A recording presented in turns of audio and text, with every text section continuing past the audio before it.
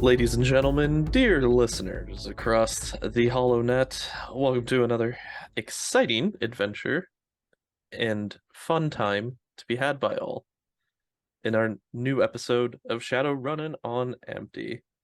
We got a special living lore episode for you tonight here, as it will be just myself and Easy. Easy, how you doing this evening? I'm doing well. Doing well. I got some delicious tidbits for our living lore segment. I think it's time to dive into the districts of the Seattle Metroplex. You know, it's always nice to know things about the place that you're living in. And we kind of skipped that up until now, and we've just been in the Metroplex. So I am excited to learn more about the locals' goings-ons. Yeah, we have been bouncing around all over the place. I thought it would be nice to kind of bring it home, so to speak, for the main area that we're actually playing in a lot, and a lot of people play in the Seattle Metroplex Yeah, just because it's I could presented tell you as like the start area. I could tell you an inordinate amount of information about Russia and Australia and the sixth world now, but I still don't really know that much about, Washington State. So yeah, I'm down. It's kind of nice to know about where you're originally starting, right? Yeah, let's go. That sounds good. Well, I do have a great source book for this, and I will throw that out to any of the listeners that are interested. If you get your hands on the Seattle source book, I think it was originally an second edition book, but it's still full of some great information and tidbits, and that's where we'll be taking most of our information for today. Awesome. And starting in Washington, what is going to be our starting locale for the trip around the state? Well, it's more of just a trip around the Metroplex itself, as most of the state is given over to the Salish community for the Nan, Ah, right.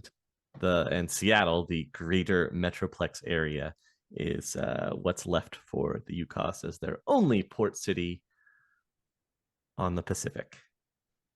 That's the yeah, that's yeah, because the rest of it would be Nan and the other part would be California Free State, right? So Mm-hmm. huh. That is correct. Yeah, suck it cost, no Pacific coastline for you guys. Nope.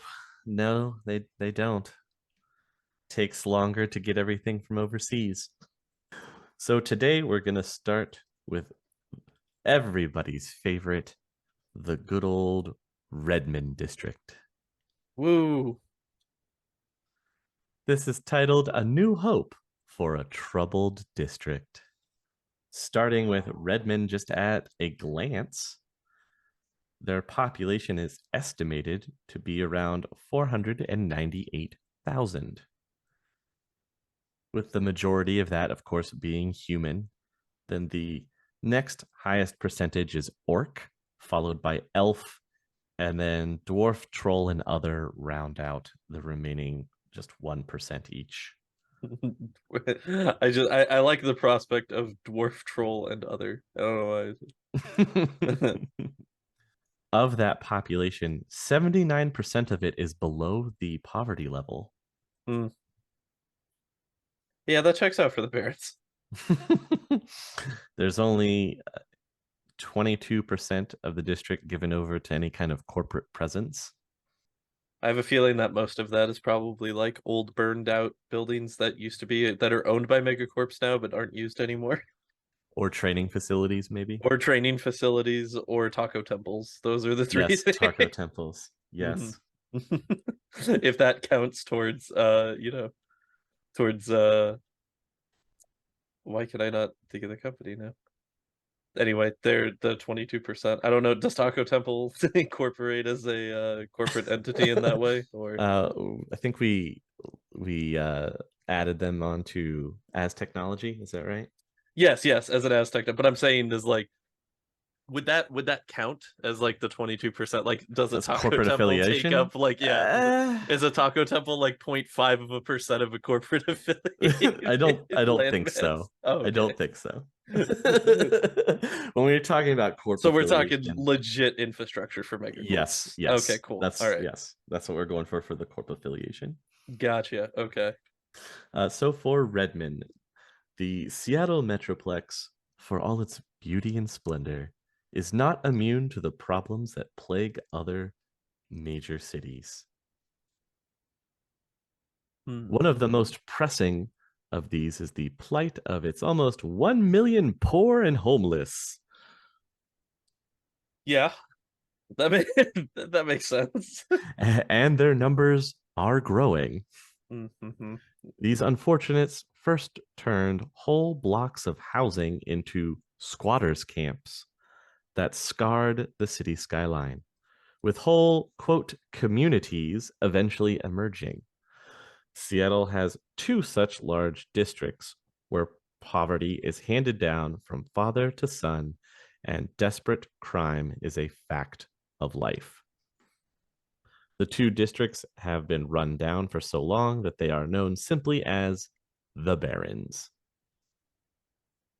The district of Redmond, or the Redmond Barrens, was once covered with lush, evergreen forests and rich farmland. Slowly, it developed into a suburban sea of apartment complexes for Bellevue's and Seattle's workers. By the turn of the century, the area had finally found an industry of its own, the gathering and distribution of business information via a worldwide computer network. Basically, it was set to be the next Silicon Valley. Oh, okay, I get you. In regards to what you were saying about the homelessness as well, I had to look it up because I was trying to remember what it was called. But there was actually a big news story recently here in Arizona about how there was a large homeless encampment in Phoenix Mm-hmm. that was basically like taken down uh because it got a bunch of complaints from neighboring businesses. It had sprung up around like a social welfare center, but Mm-hmm. they didn't have enough room, so it kind of just spilled out from there, and it was referred to as the zone. It sounds like what they set up during the riots. It do, Remember? yeah, yeah, right. But I was like, dude, if that's not just like the most dystopian term that we could give to like a giant homeless encampment. Oh, that's the zone. You don't want to enter the zone. I like how you have to slow down when you say it too. Like it's the zone. The zone. Yeah. Like it's something nefarious Yeah, almost. right. The upside of that story being that they've actually put in new infrastructure laws to where they're gonna make like overhang encampment areas with like Mhm. water fountain access and stuff to encourage people to use those facilities instead of just sprouting up in one giant area. But I was just like, man, like imagine having like a modern day Hooverville that that gets its own like naming distinction and has to be Dude, broken up, dude. it's kind of Oh, crazy when you think about it, how many of these encampments are actually cropping up across the United States right now. oh yeah, dude. Like next to our house, we have like so Arizona's highway system is set up in a grid system. Mm-hmm. So it's literally all vertical and horizontal intersecting streets. Mm-hmm. And um because of that, we have a freeway that runs next to our house, and there is a bridge that goes over the freeway. And the bridge walk-through area was getting so congested with homeless people and like stuff being left around and like discarded shopping carts and all this stuff that like the city of the city that I live in, city of Tempe, had to like hang up a sign on the side of the entryway for the walkway that's like, this is a no loitering area, you are not allowed to stay or be here, this is a walk through pass through only, please continue walking. I was like, geez. Like imagine having to put that on a walkway of a bridge, like a bridge. Like Mm-hmm. there's nowhere to go except the other side, you know? Mm-hmm. Yeah, Like yeah. What are you supposed to do? having to put up a sign that says please continue to walk across this bridge is a crazy notion to me. I mean, But yeah, man. we kind of had the same thing here Hmm. in my hometown, where we've got a couple of these large bridges that are built up that go over like a small river, right? And Mhm. a whole encampment like there just popped up under this area. So they're underneath these two large bridges, and there's old there's an it's not a railway anymore. They got rid of it and turned it into like a biking trail. Okay. But that's where it cropped up. So it's just this large encampment of just lean-tos and tents and tarps and Yeah, everything. yeah. It's mostly out of the public view, but it is something that has been brought up a number of times, Hmm. like city council wise here, of people are complaining and everything like that. It also doesn't help that uh across the major river that goes through the town, there is still a railway in operation that comes through every once in a while, and some people will just hitch rides on it. Oh wow. Yeah, like It was it just moves coal, but Yeah, but hey, it was the American dream at one point, right? Hop on that I hop on guess that go West someplace Coast. else. Hop Yeah. on that West Coast bound train and it's a new life out there. They got them some internet out California way. Oh man. Oh, jeez. But yeah, I mean, this definitely brings it to that whole dystopian look. The more that we're going to dive in here to the Redmond Barrens, and Yeah. it's unfortunately becoming more and more relatable as things kind of As things often approach. as things often do in the sixth world. They really do, but I meant correlating to real world right now of how close we're Yeah, getting to another kind of depression era in yeah, our for sure. timeline, which is messed up in and of itself. Yeah, right. Like, imagine being the most technologically advanced we've ever been as a society, and we're like, but the capitalists want more money. Eh, But we're still getting Hoovervilles. yeah, but we still have Hoovervilles in the Like, 21st century. Like, how does that fucking work? wild, dude. How does that work? I don't know, man. I Oh don't know. God. I Anyway, back to Redmond. Mhm. Redmond in Uh air quotes could also be any other town at this point, but yes, oh, Redmond, as we'll very, call it. very true. As the computer industry continued to blossom, huge office complexes and tall skyscrapers began to dot the landscape.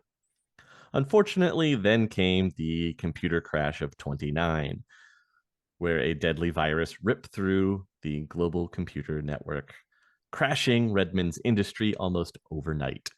That was the first crash, right? Yeah, this Not is the virus that comes out of nowhere that destroys the entire internet. right. But that's different from Crash 2.0, right? Because Yes, Crash that's different than 2.0 that's was for the the second Matrix. one, which was the Matrix crash. Okay, gotcha. Yeah.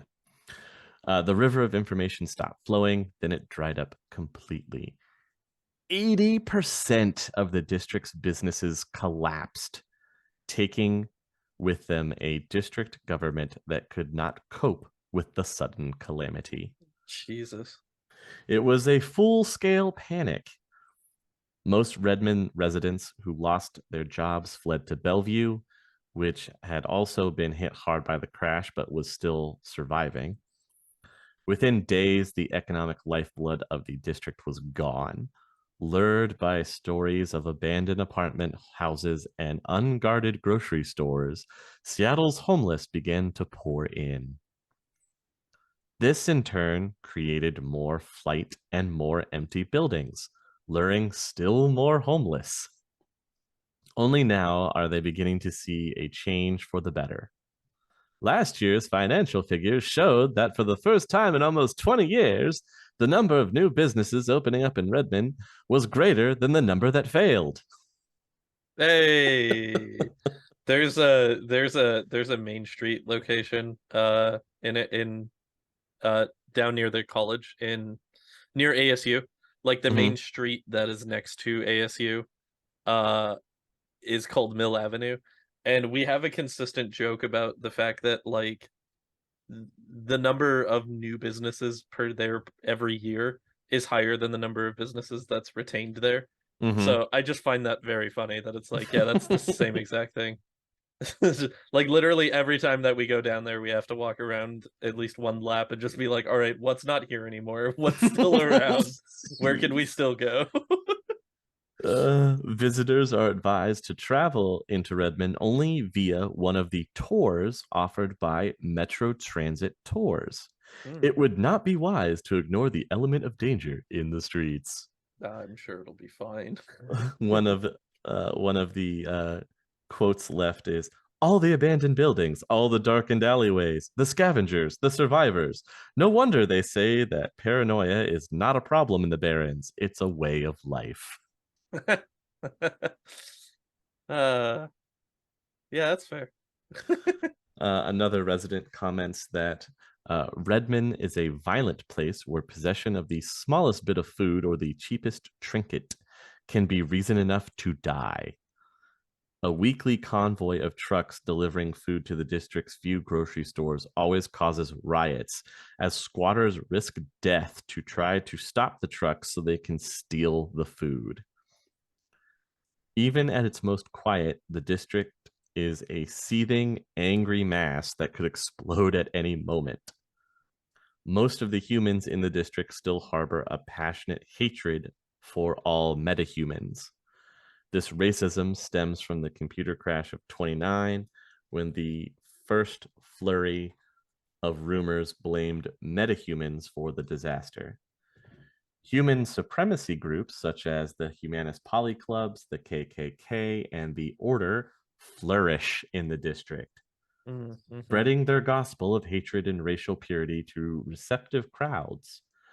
During such rallies, many citizens are more than willing to turn club or torch against any unprotected elf or orc. In fear for their lives, many Redmond metahumans have banded together and begun to fight back. The few companies with factories in Redmond had to build massive fortifications to protect their facilities against looters and vandals. Remember, we had talked about how some of them look more like castles? Yeah, right. This is why. I see. Some firms have hired as guards the biggest and meanest squatters they can find. Accidental shootings in or around these fortified factories are just another fact of life in the Redmond Barrens. Neither the mafia nor any of the Yakuza make much money here. Though both have established black markets, the syndicates do find the district's mix of chaos and violence an excellent breeding ground for warriors and thieves. The Yakuza clans are particularly adept at identifying those who might become fearsome fighters or magicians. Recruits are trained and given a probationary period. If they pass, the most promising warriors receive performance enhancing cyberware, and the magicians get access to the gang's library and its cache of magical items. The Redmond Mafia has been in turmoil ever since 2039, when a group of supporters declared their independence from the Seattle mob. The architect behind this, one Carl DeCavitt, was summarily executed for his actions, but not before his renegade faction began a serious challenge for control of the district. The current leader of the renegades is Ra Hallquist, and Don James O'Malley of Seattle still considers himself in control of Redmond. The Solpa Rings, which are another organized crime group that is mostly comprised of Korean nationals. The Solpa Rings are also they also use Redmond as a resource pool for new recruits. There are 5 known rings operating in Redmond. continually supplying new members to the rings in other districts. There are hundreds, if not thousands, of thrill gangs thriving in the district, which is why we had the Neon Knights in Redmond. I see. Every corner seems to have its own group of toughs claiming it as their turf. Three of the most infamous gangs are metahuman. We have the Rusted Stilettos that haunt Glow City. The Crimson Crush hound the people of Bargain Basement. And the Red Hot Nukes call Hollywood their own. Police patrols never go out in less than 4-man squads, for the streets in Redmond are just too dangerous. I'm starting to get the feeling that the Redmond Barrens is just Detroit from RoboCop. It really is. Like it's That is a kind of great just comparison. it's just the same thing. It really is just Detroit from RoboCop. All right, cool. That is Uh, that's also why the police prefer to use riot cars mhm, when they roll into Redmond. They don't use regular patrol cars. mhm. The police also need to use quite a few more helicopters in Redmond than in any other district. With helicopters, they can travel faster around the district and carry more firepower than the average riot control vehicle. Jesus. Despite the massive firepower the police have, uh, there isn't really anyone jumping at the aspect to pull duty in the Barrens. More police die there than anywhere else in the city. For the geography and demographics, Redmond's terrain is flat. Mm. With its few existing hills in the southern end of the district, the winding path of, I'm going to butcher this name, the Mhm. Sonquelmai River dominates almost a third of the district. Close to 500,000 people live in Redmond. An accurate count is difficult because many have no permanent residence. Oh yeah, okay. The actual population could be from anywhere between 300,000 to 700,000. The district's population is diverse, but the number of metahumans is low. Ever since the Night of Rage, the awakened races have tended to shy away from the non awakened, banding together in self defense. This does not improve over the years, by the way. Yeah, the Night of Rage was in Seattle, wasn't it? Yes, Okay. it happened in the Tacoma area, Okay. if I remember right, which I'm Yeah, that sure we will sounds right. cover when we get to talking about the Tacoma district. Which I'm sure is way less racist than the Redmond Barons, right? I mean, we can only hope, right? Uh, Uh, where would we be without politics?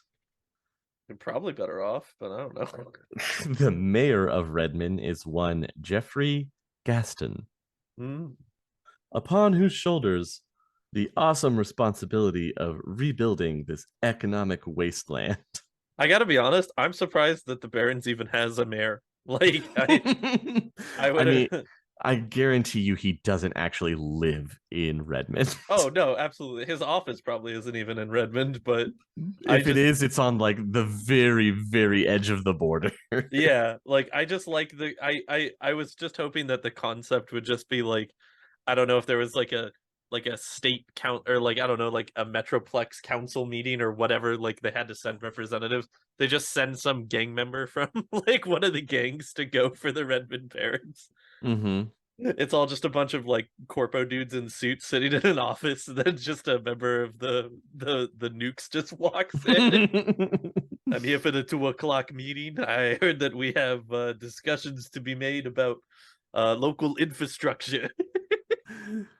So under the politics, there's a bunch of notes here from different. Usually these are extra bits of information that are supplied by people in the shadows, Mm-hmm. and this one is about the mayor himself. Jeffrey Gaston is an inexperienced political leader with grandiose plans, but no patience to see them through. His occasional successes, such as the Renton Center, do wonders for his popularity with the voters, but his idealism and free spending ways have irritated the district government to the point of open revolt. He also faces the problem of dealing with the many officials who have sold their integrity to the Yakuza and the Mafia. Some say that almost 1/3 of the Redmond government is involved with the syndicates. Jeez. See, now that's what I was expecting. That makes more sense.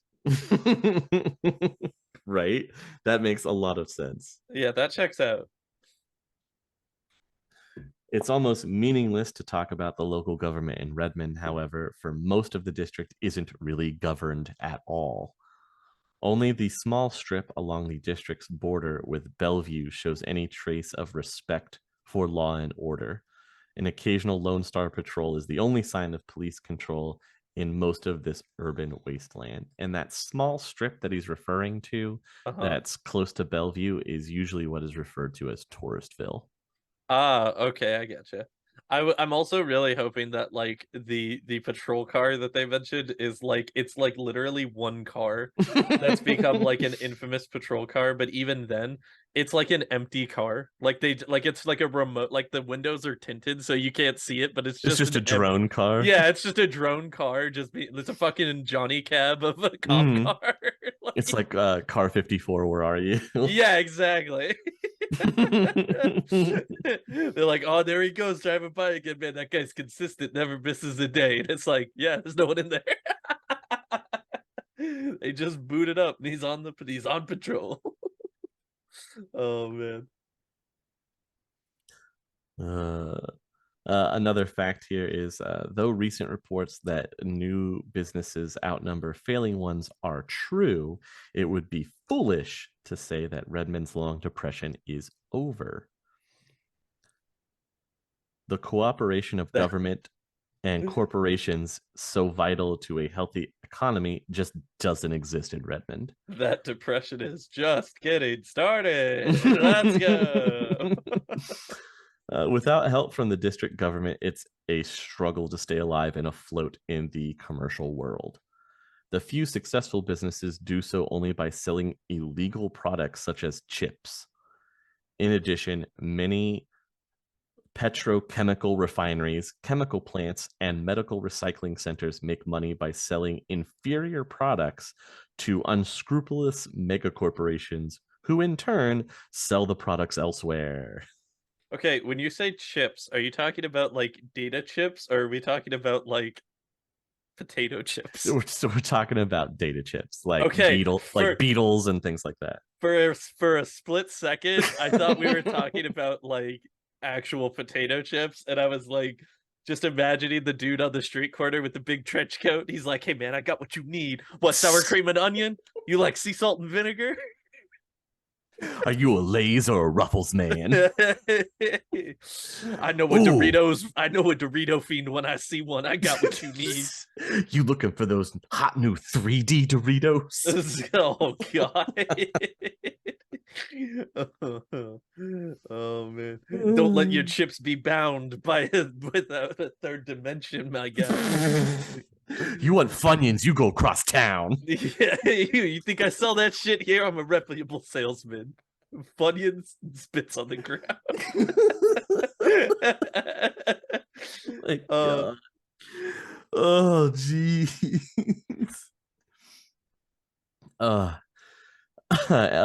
Anyway, the factories, so not as interesting. They just sell computer chips or whatever. Lame. It's just actual lame computer chips. Boo, data chips, lame chips. beetles, things like that. Boo. Yeah, that makes more sense. That's probably more profitable than illegally selling chips on the street corner. I was also just wondering why chips became illegal. That was my bigger question. Is like, did the FDA mandate this, or what? Does that even exist at this point? Well, I mean, come on, we lose Idaho back to the Nan. Oh, that's fair. That's like, 90% of the US agriculture. and Ireland goes back to Tir na nog, so clearly Mm. there's a potato shortage. Oh God, we have to ration the potatoes. Tots and scalloped only, please. That's Mhm. everything else is been officially banned. Oh man, now I'm imagining like fish and chip speakeasies that start popping up. Oh. Oh my god.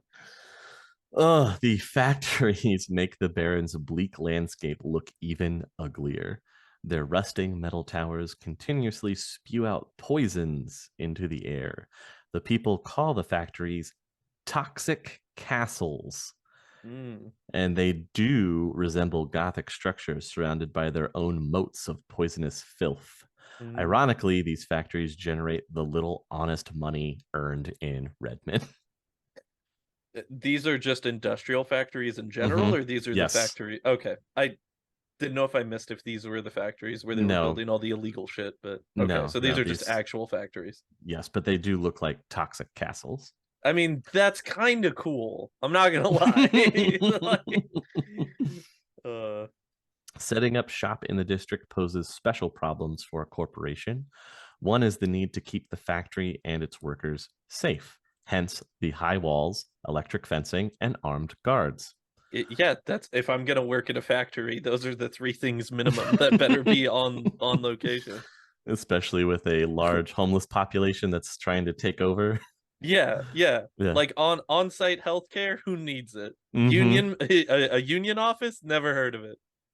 Armed guards, electrified fences, and like a moat with alligators around the outside. Otherwise, I'm not gonna feel like I could comfortably put in my 9 to 5. Not just any alligators, toxic mutated alligators. Yeah, absolutely. Mutated alligators. They probably have like, I don't know, a machine gun arm or something as well to keep it Mm-hmm. to keep everybody safe.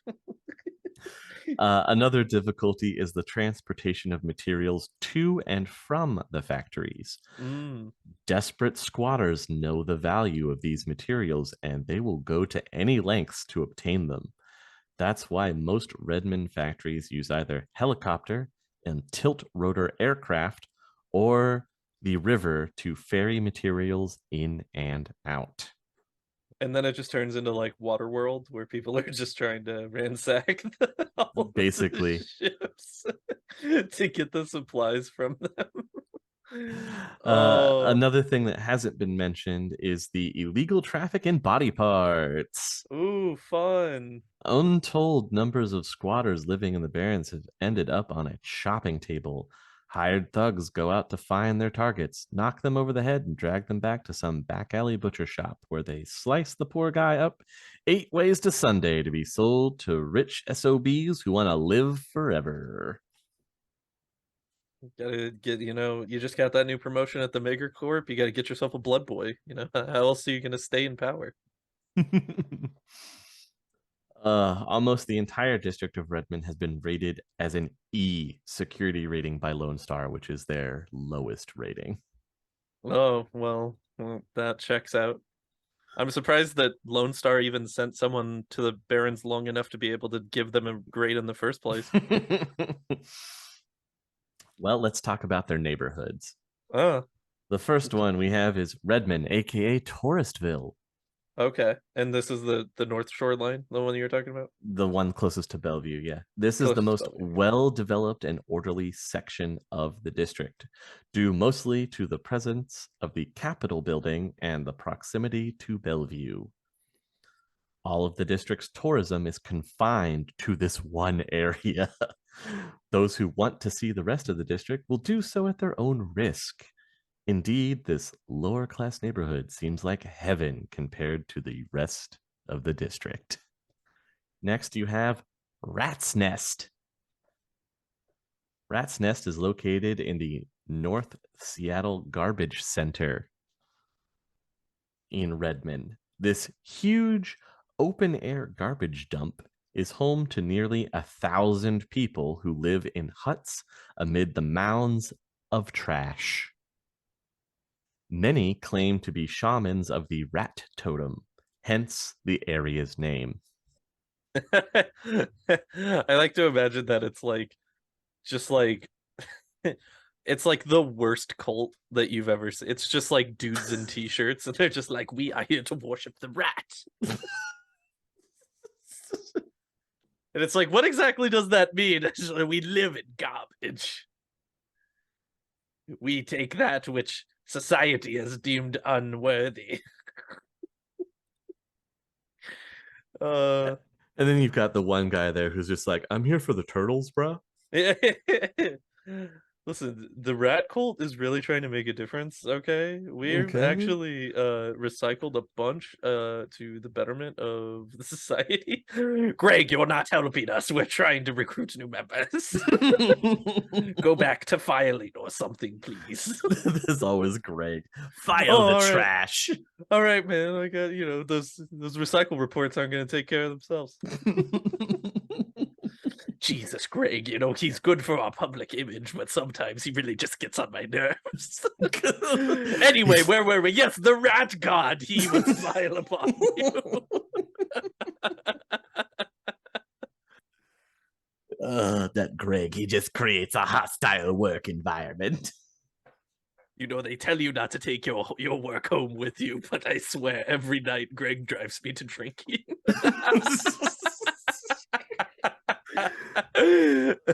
God. Thankfully, we have all this discarded booze. I have all of these half-empty bottles that are just laying around. So luckily, I guess I take my work home with me twice. No one ever said leading a cult was an easy gig, but here I am, giving up all my time. Does the rat disciple get to have a family? No, but do you see him complaining? I'm sorry, I'm really just projecting onto you. I haven't had much people to talk to recently. Oh, man.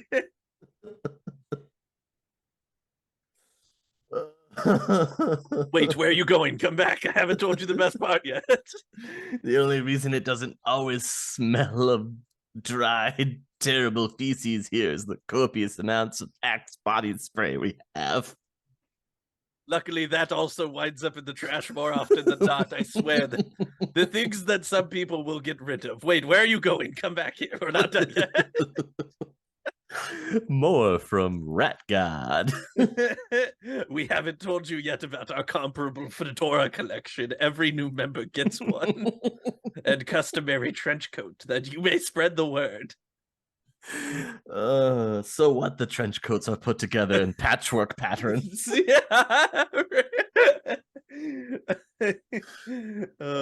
It's got a bit of a more homey feel to them, so we think that it's really good for our image. People are less threatened by a trench coat of patchwork. Oh god, the next neighborhood we're gonna talk about. No, let's keep talking about Ratville. Rat's Nest, your new Rat's favorite Nest, spot in the Nest. Barrens. Oh man, I hope people are excited for whole episodes of Sinless to take place in Rat's Nest going forward. Because boy, once Tyler finds out about Rat's Nest, dude, we're never leaving. We're never leaving again. We're moving to Rat's Nest, guys. It's the place to be.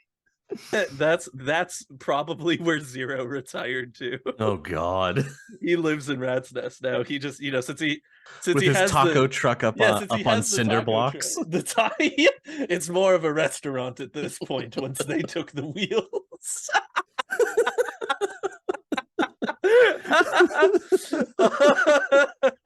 What's worse is they took them while I was still inside it. I was making them food and I came back and it was just up on the blocks. I don't know what happened. Oh man. Oh god, the next neighborhood is the Plastic Jungles. At the turn of the century, a wealthy agriculturalist built 20 of the largest greenhouses in the world. The tent-like buildings were several kilometers in diameter and stood on land considered too polluted with toxic waste to grow any crops. The agriculturalist proved the skeptics wrong. Almost. The land did yield amazing harvests of food, but it was too contaminated for public consumption. The huge greenhouses were then used to grow tropical flowers until the crash of 29, when the entire project was abandoned. Since then, they have become home for much of the district's metahuman squatter population. And yes, some of them still do tend and grow the tropical flowers. That seems weird that it's a place where they're growing tropical flowers, but it's called the plastic jungle. Yes. It's because if you look at it from above, it's just a small sea of, that white kind of opaque plastic. Oh, okay, like greenhouse tarping type of stuff. Mm-hmm. Yeah. I think there's actually a place, I want to say it's over in Africa, I think.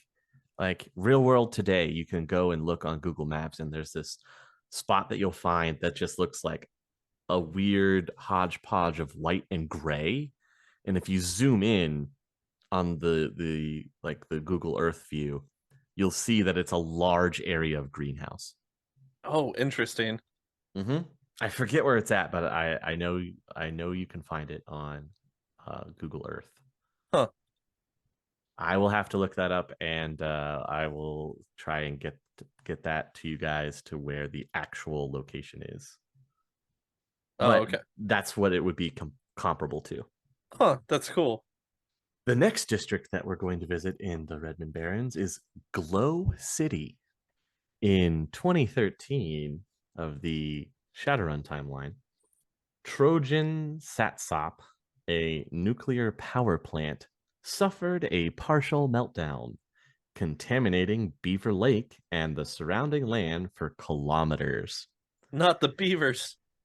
In 2028, a second power plant, this one run by Shiawase Atomics, was erected next to the rusting hulk of its predecessor. It has been providing power to the city ever since.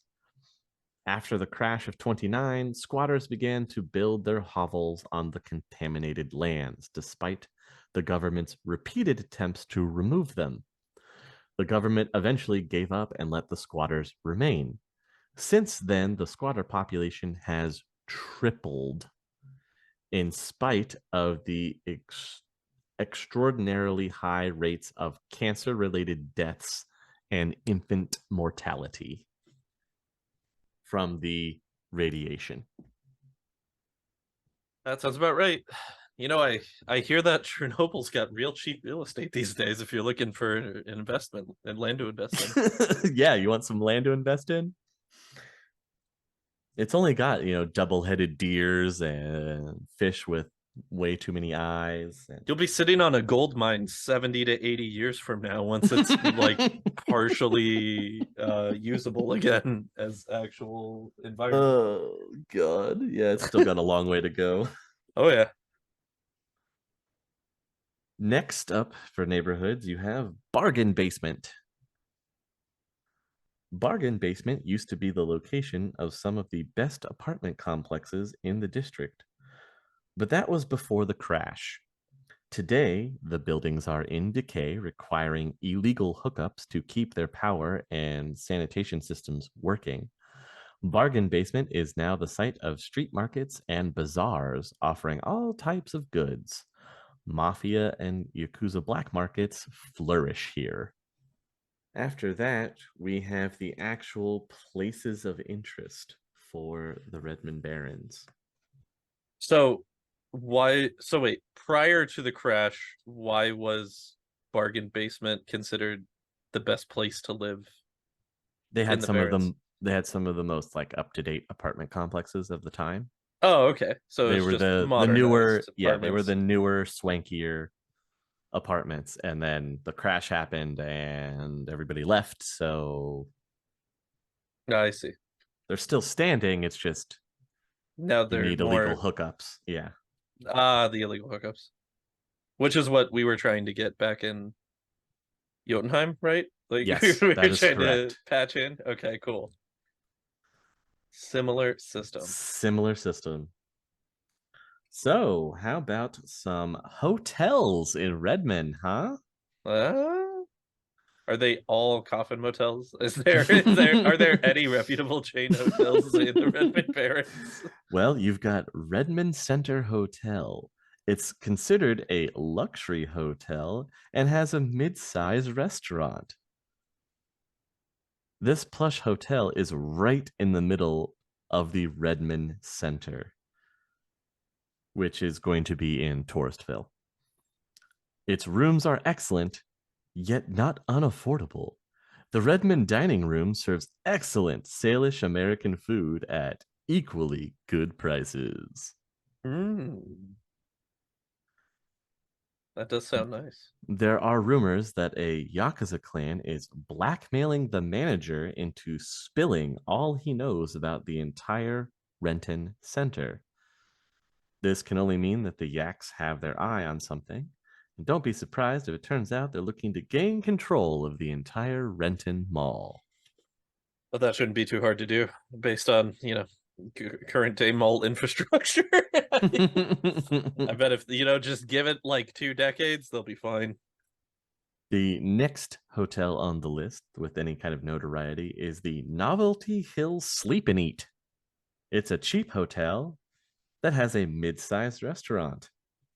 There's a there's a hotel with a diner attached to it that is down by ASU again in that downtown area Mm-hmm. near the campus, and I don't know who the company is that bought it, but I don't remember what it was before, but the restaurant in front of it was an IHOP.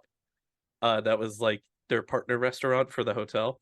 Mm-hmm. And then this company bought the restaurant and the hotel, and they changed the name of the hotel to the Normal Hotel, and the restaurant attached to it is called Normal Diner. And I'm like, I kind of want to go there just because I'm fascinated by the fact that it's called the Normal Diner. But I feel like all the employees of the normal diner have to walk around kind of robotic with their eyes always wide, yeah, right. constantly reassuring all of the patrons that go to eat there that this food is in fact normal food. All of the food on the plate is like sectioned off instead of being like a mound of food that you would get. It's like the pancakes perfectly stacked with like Mhm. two vertical pieces of bacon by each by themselves and like an egg on the other side of it, and it's just like everything is equidistant on your plate. Here is Exactly. your breakfast. Here is your Normal breakfast breakfast. customer. Your normal breakfast Breakfast. customer. Here is your normal breakfast, normal human.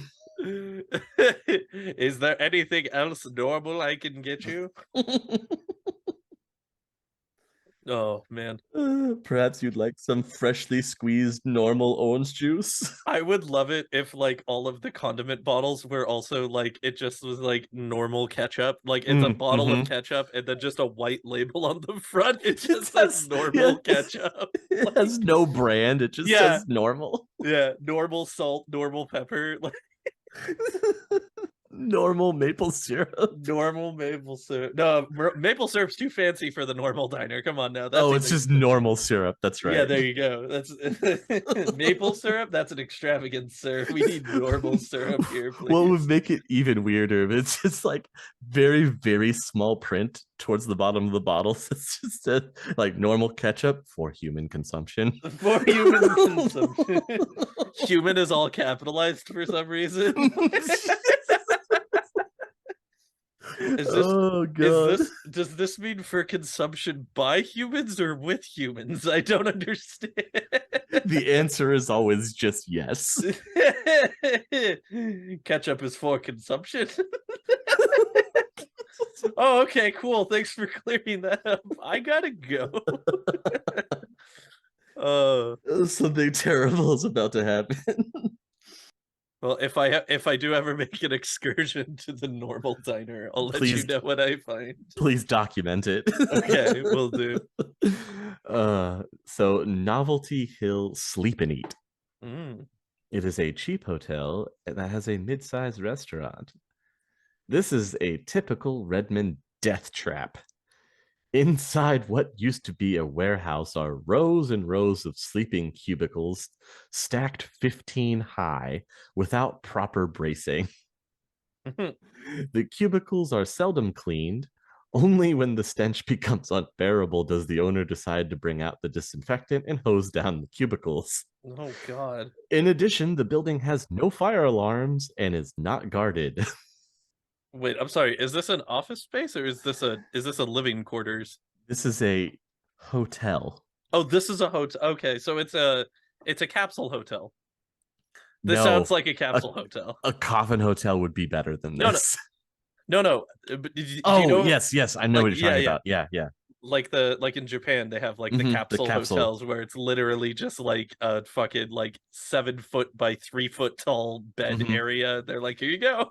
That is literally what a coffin motel is like in Ah, Shadowrun. It's okay, gotcha. that is your one. That is your capsule hotel. This just Uh, sounds like a that hellhole. just sounds like a nightmare. Yeah, that sounds like you cannot disinfect it as no matter how many times you've cleaned it type of landscape. Oh man. Also, it just says sleeping cubicle. It doesn't say that there are doors. Yeah, no, of course. You They're just have like a probably little area. yeah, and they probably stick like 3 people per cubicle too. Like, come on I now. uh, Yeah, there you go. Those are the real cheap rooms. of I course. see. I see that you've chosen to join to partake in a menage suite tonight. Well, do I have Mm, good news for you? oh god. These are just the two named hotels in Redmond. There are other like coffin motels that exist around Redmond. Some of them have probably been taken over by squatters or homeless, but I like to imagine that a coffin hotel is a capsule hotel, but just with a gothic aesthetic. Like the person working at the front counter looks like a mortician, and like it like the doors into like the little like capsule rooms are Mhm. just they look like the front of like the interior mausoleum suites where they've got like the little square plaques with the handle on it and the name Mhm. plaque on the front. Like it's I'm, just that. It's all marbled across the front of it. I mean, you're not far off. Did you you've seen the movie the Fifth Element, right?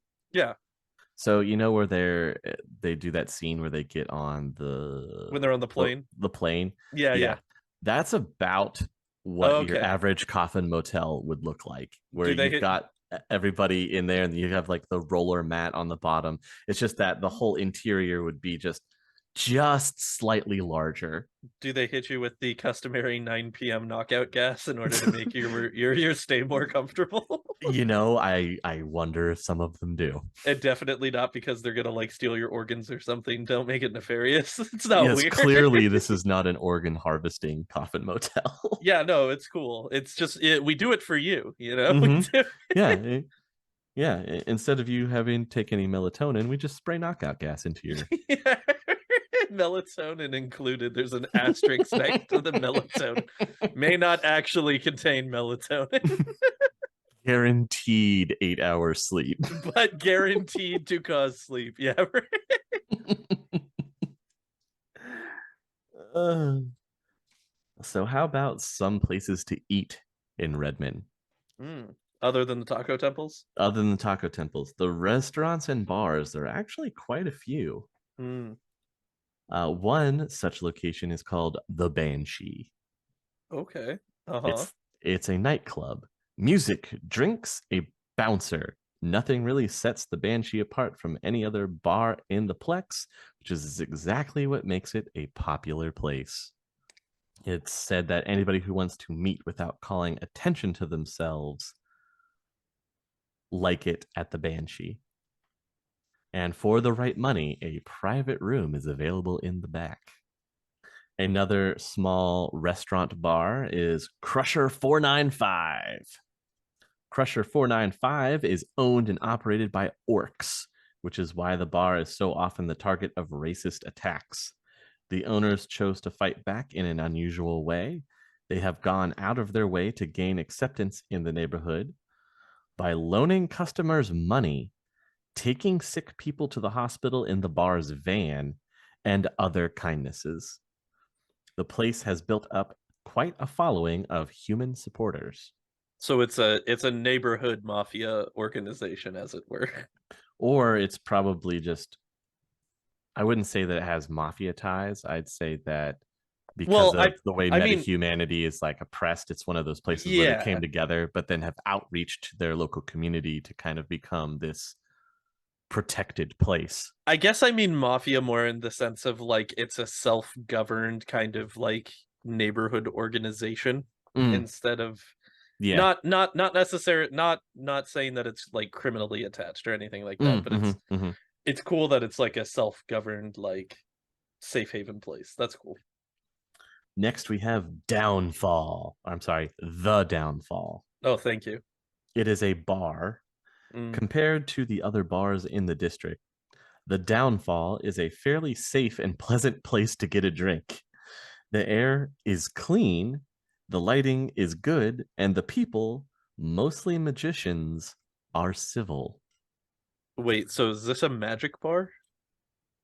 Well, they're saying that it's frequented by a lot of mages. Okay. One customer quotes that best of all, the booze doesn't eat a hole in your guts. Oh, that is a positive.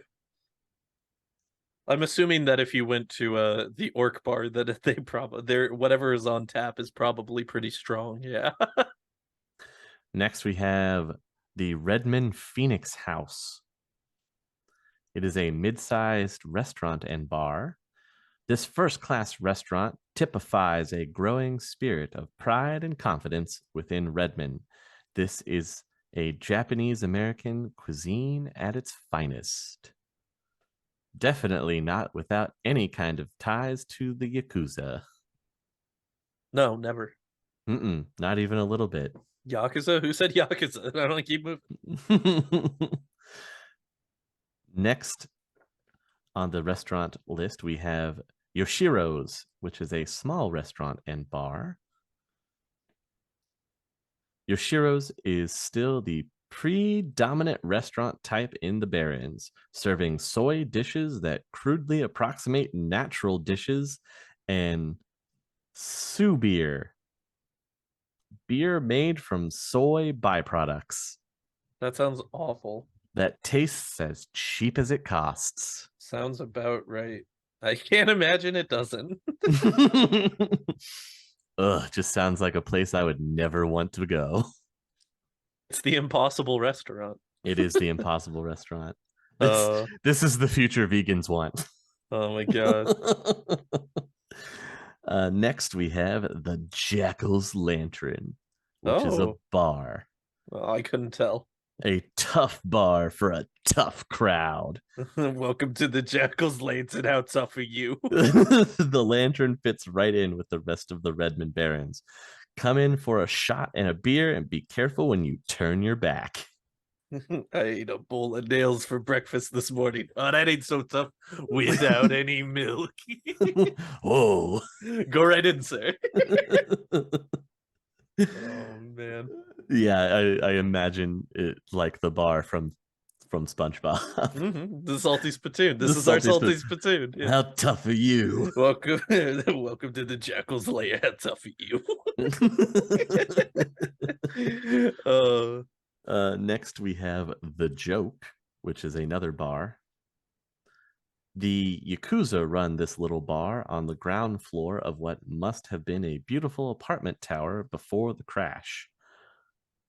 From what people have seen and heard, the Yakuza also own most of the building and have been using it as their headquarters of their black market operations in Redmond. It's also noted that magic users, particularly street shamans, frequent the bar for some weird reason. hmm. Next, we have the Mad Woman, which is a nightclub. The Mad Woman used to be a major nightclub before the crash of 29. Now, dancing and singing are out while heavy drinking is in. Though the owners sometimes turn on the radio so people can toss back shots in time with the music, the place is usually crowded with unemployed and the downtrodden drowning their sorrows. I was kind of hoping that you were gonna say music in down scene was outlawed, and I was gonna be like, "Oh, it's a No. Footloose bar." Nobody puts baby in the corner. I mean, if it was a imagine if it was a Footloose bar and Patrick Swayze could be both the hero and the bouncer. The dream. And also Roadhouse. he's dead. So we've got the trifecta. Roadhouse. He's a dancing ghost bouncer. Oh my god. Oh. What has science done? Not nearly enough. This is what I want. Oh god. So the major tourist attraction for Redmond is the Redmond Center Mall. The Redmond Center is a bright new addition to the otherwise dreary Redmond landscape. Many of the stores are owned by Renton citizens and feature Renton-made products that reflect the region's new economic strength. And while the shopping mall is indeed very pretty to look at, it is also one of the most heavily protected in the city. A necessary precaution because of mobs of squatters have tried to break in twice to loot the place. Another interesting fact about the Redmond Center Mall is running throughout the complex is an underground system of tunnels and storage rooms for use in defense of the mall should it come under siege. I like that the mall can just become a fortified position. Yep. Nice. There are government buildings. There's the Redmond District Courthouse and the Redmond District Hall. Obviously, both of those are located in the Touristville area close to the Bellevue border. There's also the Hollywood Correctional Facility. Oh, for the criminally insane. This is the this is the largest prison in Redmond. Oh, okay. The prisoners are only half joking when they say that they let themselves get caught so they could enjoy the prison's facilities as opposed to trying to stay alive on the streets of Redmond.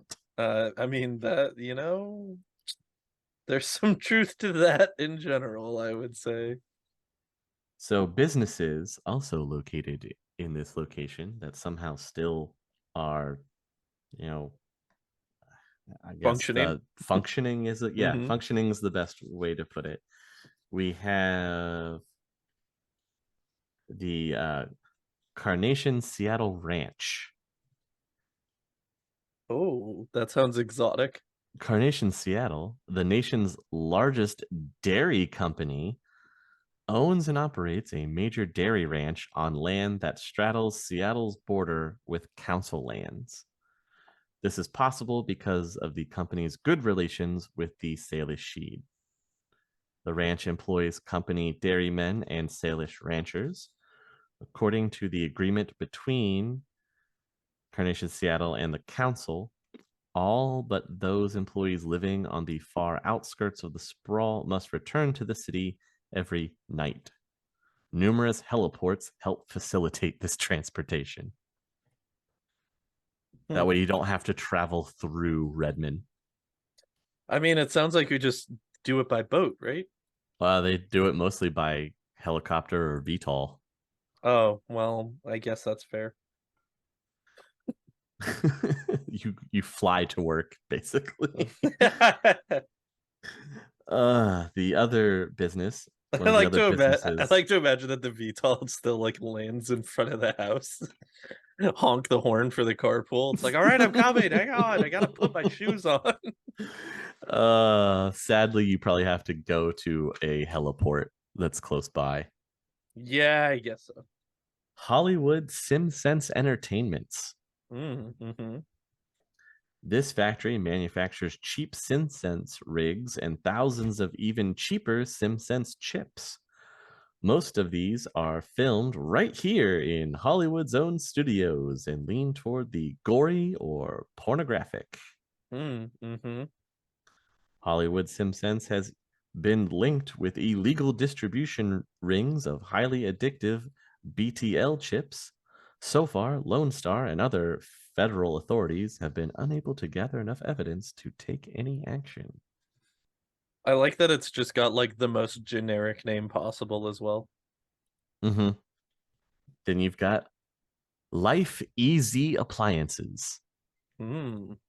This huge fortified factory manufactures cooking and cleaning appliances for the home. Materials are transported in and out by helicopter. Like if a Macy's and an IKEA had a baby. Yes. A group of human supremacists have bombed the factory 3 times in protest for the factory's hiring of metahumans. Okay. And the last explosion that took place left a large gap in the northern wall that has yet to be repaired. All that manufacturing power to make furniture, and we can't patch a hole in the wall. Come on, guys. I know. Word around the factory is that an unregistered poly club calling itself the Sword is responsible for most of these attacks. Hmm. The Reverend Dean Klein is the leader of this group. So wait, is this an offshoot of Humanus? It's possible offshoot of a Humanist poly club. Okay. I was not even not even as a bit. I was legit about to ask what is a polyclub again Oh my because I gosh. had in my head I was like you keep saying this word and I don't know what you're talking. And then I remembered the conversation we had about Russia and I was like, oh yeah, the poly club. That's a whole thing. I know. Hey, I remembered. Okay, that's the I'm important part. so That's the I'm so takeaway here. glad. I'm so Much, glad you much like remember. my ruthenium cloak, it takes a while, but I'm gonna remember. Okay, I'm gonna get there. Oh man. Okay, gotcha. Next we have Monahan vehicles. The Slow Go, Arrow, and Mohawk electric cars of Chrysler Nissan are manufactured by Mohan in large assembly buildings hidden behind fortified walls. Raw materials are flown into the factory while finished vehicles leave the district in heavily protected convoys. You got to make sure that you send out all of your stuff by armored vehicle. Yeah, pretty much. There is talk that Ares Arms, a big maker of military and police vehicles, is interested in trying to buy the Monahan facility for their own use. Well, with all of this that's going on, you've got to have places to get stitched up. So let's look at the medical options in Redmond. I'm sure that they are plentiful and efficient. Uh, there's And efficient, easy and efficient. there's Hollywood Hospital.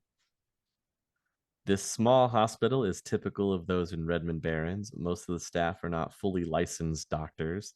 The labs and surgical theaters are lacking essential equipment, and many rooms do not come close to meeting sanitation standards.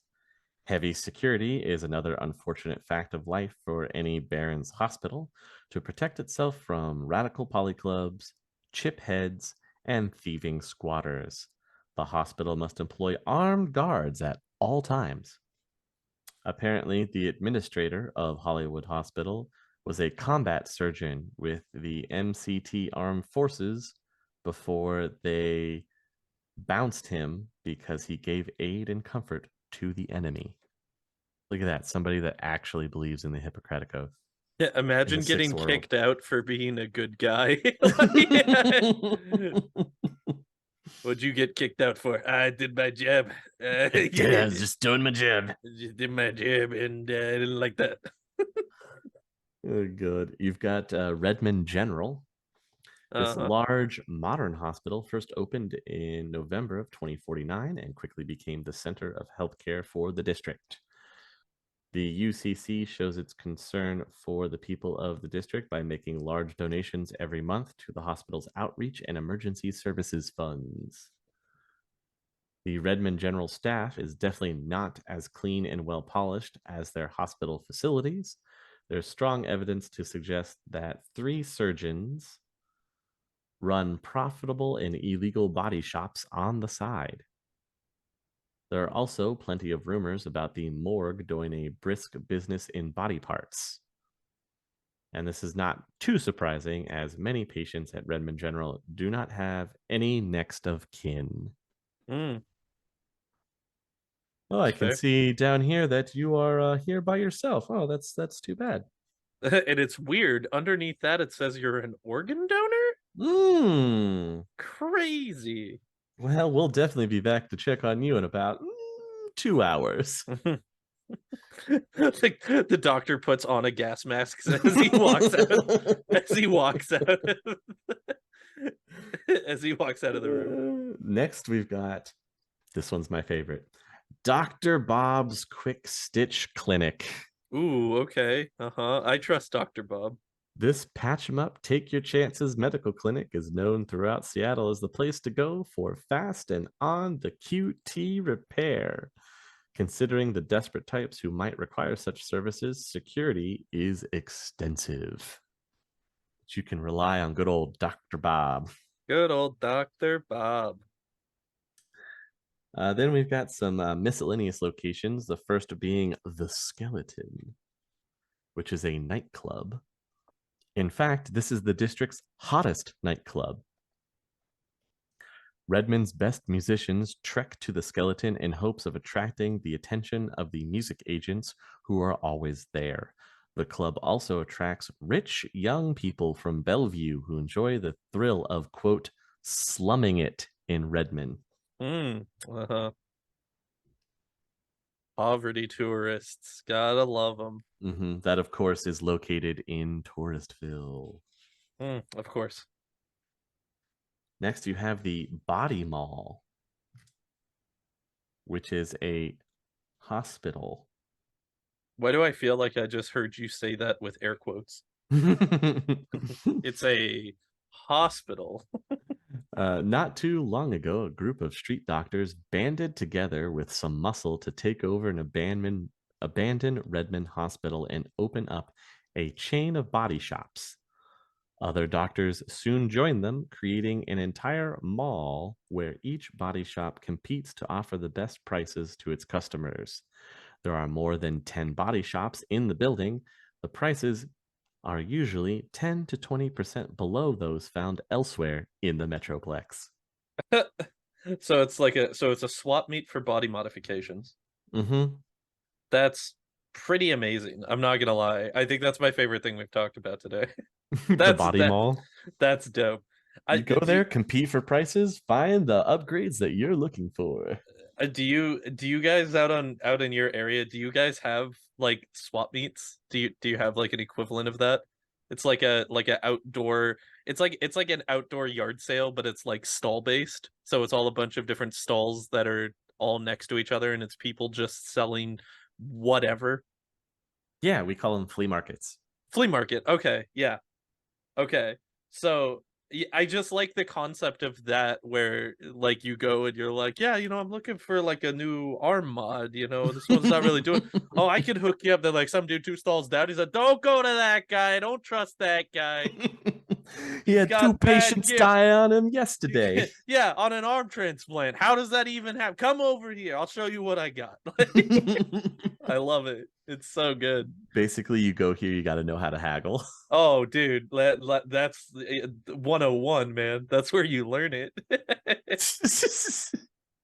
What do you mean a liver transplant costs this much? No. I got a liver fell out of the back of a truck last week. Oh man. Yeah, Oh god. I think my thing is that normally because we also have flea markets out here, but normally I associate a flea market with being inside, Mm-hmm. like a building inside, whereas Mm. swap meets are out. Like this is literally like a converted uh parking lot Mm-hmm. that they just tarped off and Mm-hmm. and just were like, here you go, enjoy. Yeah, it's like a pop-up bazaar. Okay, yeah. You know what? That is the best way to describe it I've ever heard. It is a pop-up bazaar. Yeah, yeah. I love it. That's Oh man. that's what flea markets are like around here. You go and they're in like these large parking lots Yeah. where you just have people pull up with like a big RV or something and they just set up a bunch of tables and put everything out that they're trying to get rid of. It's almost like mobile garage sales. Yeah, that those are the best ones, are the people that are just like, I don't know, I got a bunch of stuff. What do you want? And then the Sometimes you flips, find some gems in there, you know. oh, for sure. But then the other times you have guys that are like, yeah, I'm selling game stations. It's got 370 games on it. You just plug it into the TV. Those are my favorite. Like, I've always wanted to buy uh, those just for the boxes where it has like a picture of Master Chief and Mario, like mhm. next to like the jankest video game shell console you've ever seen in your Oh my entire god. life. Yes. Oh, those things make me so happy. Uh, yeah, I got the Brawl game where you have the Mario fight the Master Chief. Yeah, yeah, it's got that. It's got all of them. It's got every game. Yeah, every game ever made. You ever played Pong Tetris? Yeah, it's on there. Have you ever played The Legend of Mario Luigi's Awakening? Only came out in Japan. It was the region exclusive. Region exclusive, one region only. Yeah. Yeah, the region of Japan, not even the rest of the Asian market. That's how exclusive this game is. It's no surprise you've never heard of it. Oh man, I need to go. I Oh need to go to the swap God. meet. It's been way too long since last time I went out to the swap meet.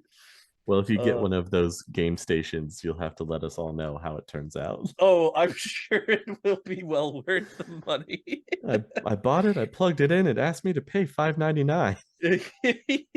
It said in order to turn on, it needed my debit card number and it needed to connect to the internet. I thought it was weird, but I figured, I'm already here.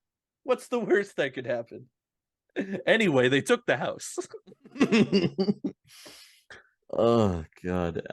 Next on our miscellaneous stop of oddities in the Redmond Barrens, we have the Squatters Mall. Mm, This is okay. an 8-floor shopping mall. Before the crash of 29, this large mall was called Information Plaza, and its customers were exclusively the very rich. Now squatters live in the many abandoned stores and sell BTL chips and other illegal items. The world is healing.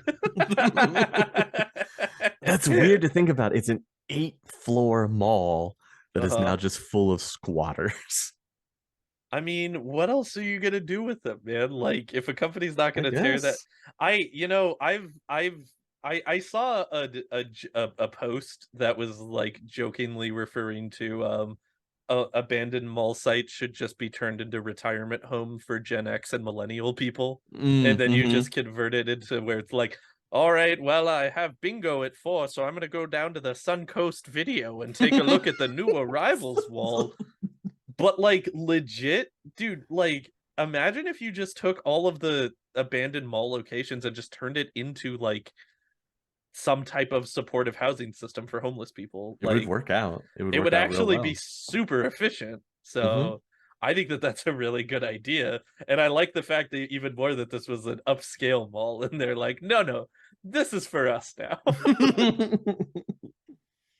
There's also the Tietzel building, which was once a flourishing office building, and now it is an abandoned 28-story shell in a slum. So which gang operates out of that building? It serves as a potential shelter for squatters and or gang members in the Barrens. Yeah, okay, fair. Uh, Gangs will most likely fight over the territory to try to take it over. I almost wish that it was like a universal building, like the assassin hotels in the John Wick universe, where it's like Mm-hmm. any gang member that goes into this building, it's like, all right, there's no fighting on the building grounds. Everybody gets a floor to the build. 28 story, dude. You could fit so many gangs in that building. Mm-hmm. I imagine that the gang violence and everything that goes on in and around that building is probably close to what you would see in the Dread universe, like Yeah, in Peach Trees. yeah, right. Mm-hmm. It'd be something similar to that. That's Redmond at its glance.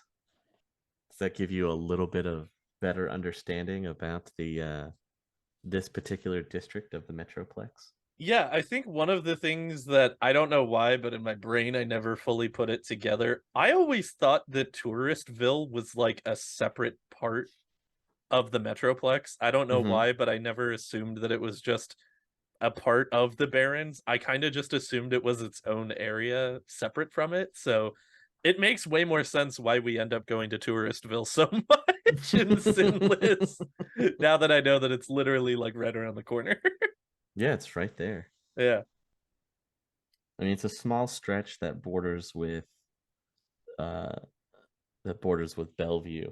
Mhm. So it's not a very big area when you compare it to the rest of everything else. Right.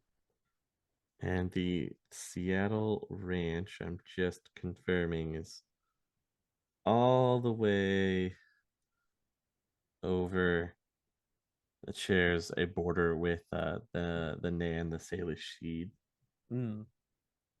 It's weird that there's a large dairy farm, and that's an important dairy farm for the entire UCOS. Right. Like it's a very it is a importantly distinct location that Hmm. everybody also like knows of. That's just this prominent area. That's kind of cool.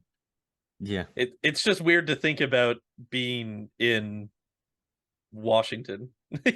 Hmm. Hmm. I don't associate Washington with agriculture very often, so I could be wrong there, but I think that's probably the weirdest part of it. The other thing that is sometimes hard to wrap your head around for the Seattle Metroplex that we're talking about in the Shadowrun game Hmm. versus what you'll actually find if you search uh, Seattle on Google Maps and everything is Hmm. on the Google Maps that you would search now.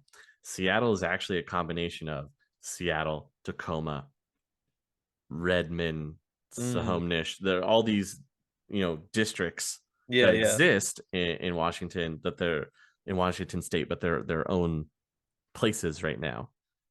And then in Shadowrun, they bring them all together to make the greater Metroplex. Right. Yeah. It's like so we kind of have a similar thing down here in Arizona where like the central part of Arizona is called the Valley, Hmm.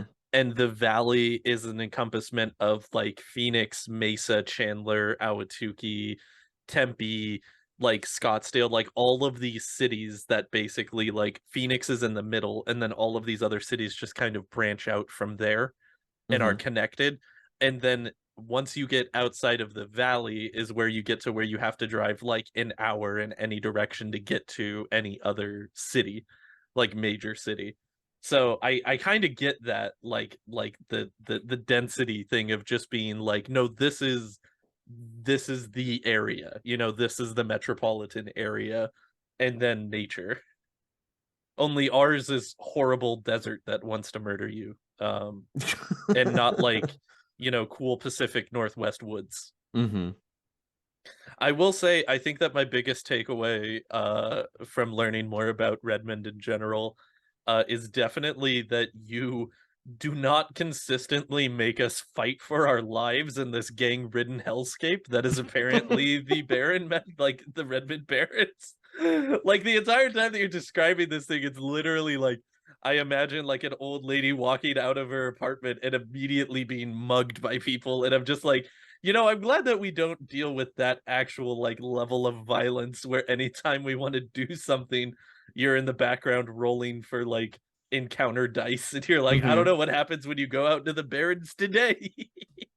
Yeah, it's one of the things that I don't necessarily have happen to you because you guys Mm, are have kind of established yourselves as a community pillar yeah, in that you've given a place for some of these homeless and squatters to come together and actually have their own place to live without this threat constantly looming over them of having to fend for themselves every day or sleep with one eye open, you fair. know?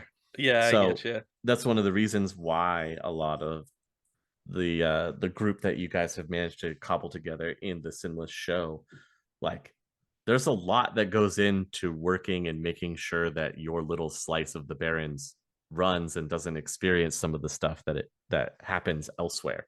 Mm-hmm. I mean, as time goes on and word gets out more, then you could become more of a target to some of these poly clubs. Like, oh, I don't know, going back to war with the Halloweeners or something. I'm just throwing out random things, that's just off the top of my head. Just Yeah. speaking out loud, Not not just not that that would spitballing ever not that ideas. that would ever happen. Who would do something like that? What? Me creating a gang war in the Barrens? Never. Never heard of it. It's so unheard of. Didn't we just talk about it? Like there's hardly any gang violence daily. Yeah, the Ares presence is palpable in the Redmond Barrens. That's my takeaway from Lone Star, and Ares is felt with an iron grip on every corner of the Redmond Barrens. Yes, yes. Yeah. That's why they're neighborhood rating E. Yeah. This For neighborhood is rated everyone. E for everyone. Yeah, E for everyone. I don't understand. Bring the kids. It's a wonderful place to raise your family. Oh my god.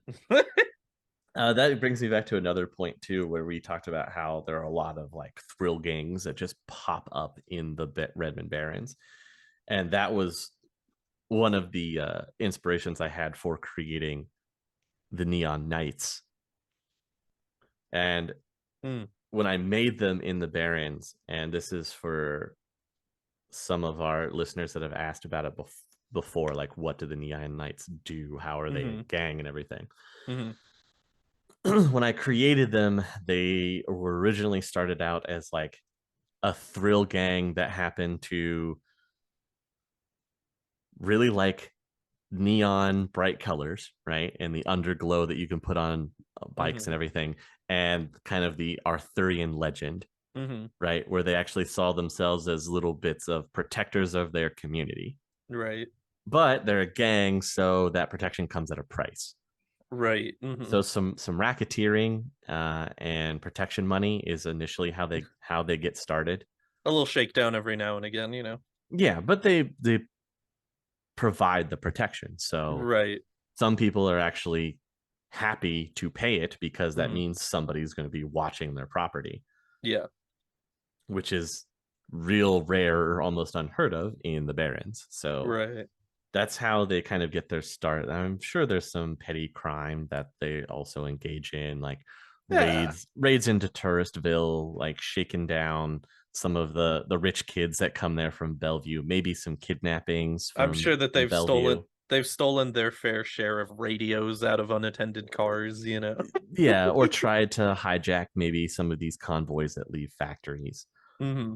There's plenty of opportunity for gangs to just crop up and become a thing, and then you guys come along and kind of take over everything, and now they're they're they're still doing the racketeering, like the protection Hmm.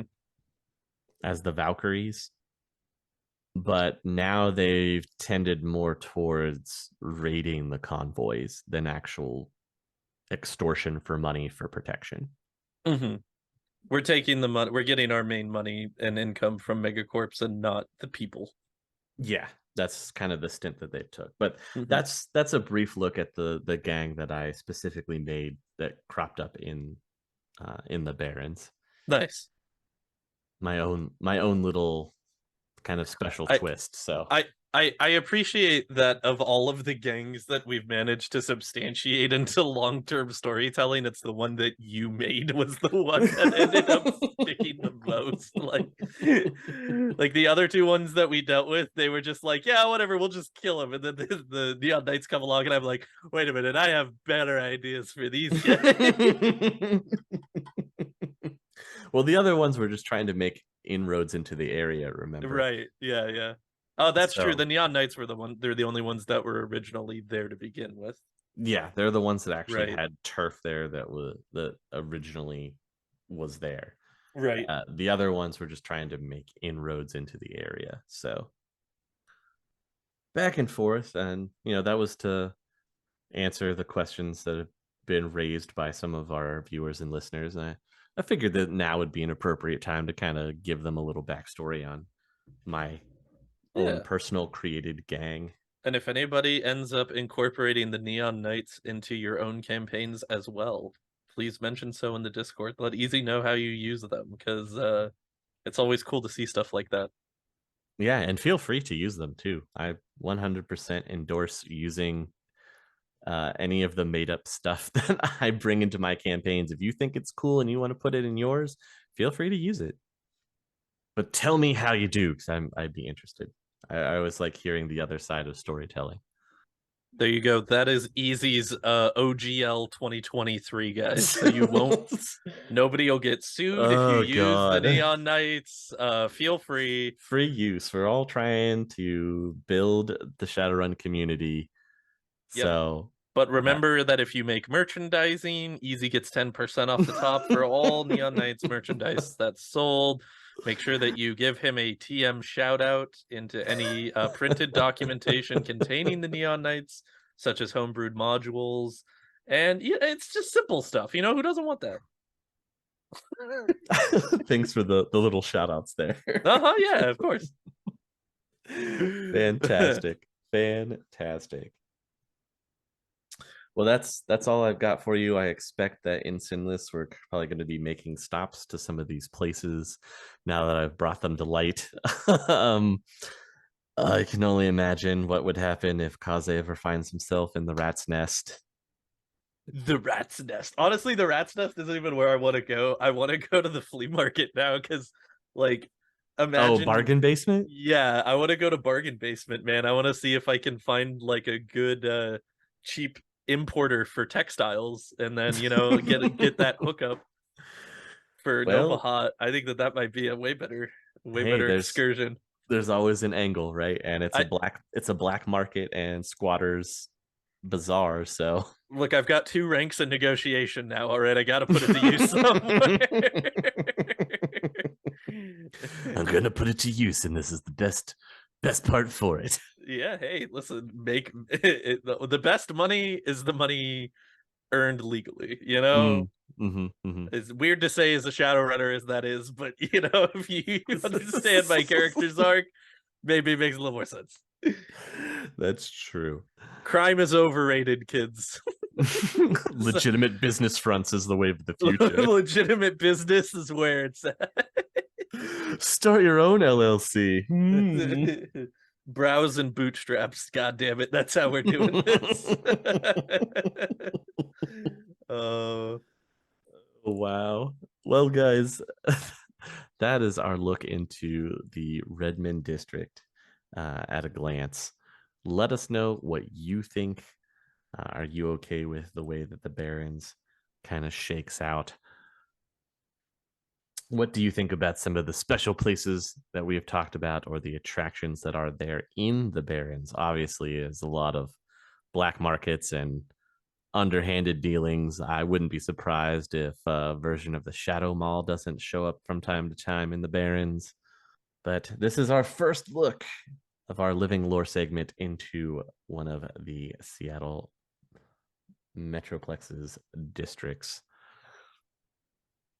Austin, you have anything else? no. I just there's some cool locations that I think could be potentially fun for incorporating. And if you want to take that idea easy about making that giant abandoned skyscraper structure into like a safe haven of gang meat territory slash places to resolve gang differences and potentially non-violent war associations, hey man, you do with that what you want to do. I'm just throwing that out there. But Something to keep in mind. Like I there's I think that that a could be a gang cool one. hierarchy or a gang council Yeah. that meets there or Dude, the something. gang council would be sick. The top floor is just like a giant circular table. The gang council meets, dude. Oh, come on. That would be so cool. Food for thought. Definitely food for thought. Mm. Well, guys, that's gonna wrap up for us for this episode. If you would like to help us and continue to keep the lights on and give us more opportunities to get more of these lore books to bring you these delicious tidbits of information, then feel free to join us over on our Patreon at patreon.com/critical_hits. For just $5 a month, you can get some background look behind the scenes. You'll get to see some of the upcoming stuff that we have planned, all of our artwork that we're going to be rolling out. And you'll also be part of Worm Talk, which will be our patron exclusive version of the podcast that is hosted by none other than Austin himself. And of course, Cozy, Tyler, and myself will also be involved for those. It's just I don't have to lead the discussion this time. Also, The joke's on you because that means I get to steer the ship wherever I want it to you go. know what? I'm totally fine and on board for this. When it comes to being Patreon exclusive, we can go wherever we want to. These waters be uncharted.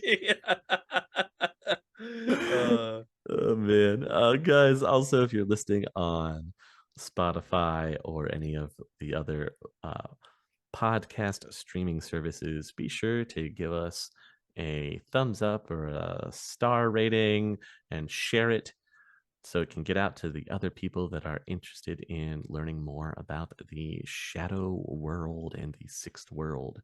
If you're listening / watching us on YouTube, please feel free to like and subscribe. We're trying to reach 1,000 subscriber goal, and that helps us get out to all the other interested parties, once again, that are looking for this Shadowrun lore. There's lots of it, and we're going to keep bringing it to you. And finally, you guys, last thing, down in the description, you will see a link that you can use for our affiliate with Drive-Thru RPG. Whenever you're looking to branch out into a new RPG system, or you're just looking to get some modules or supplements for the existing games that you're playing, if you're going to shop Drive-Thru RPG, use our affiliate link, and that would help us out. And it'll get you the juicy titles that you're already looking for. That's all I've got for you for this evening. I hope you have had fun listening to us go back and forth for our Living Lore segment, and we thank you for joining us for this long. And as always, you guys, we will catch you on the next one. The Topps Company Inc. has sole ownership of the names, logo, artwork, marks, photographs, sound, audio, video, and or any proprietary materials used in connection with the game Shadowrun. The Topps Company Inc. has granted permission to Critical Hits to use such names, logos, artwork, photographs, sound, audio, video, and or any proprietary materials for promotional and informational purposes on its website, but does not endorse and is not affiliated with Critical Hits in any official capacity whatsoever.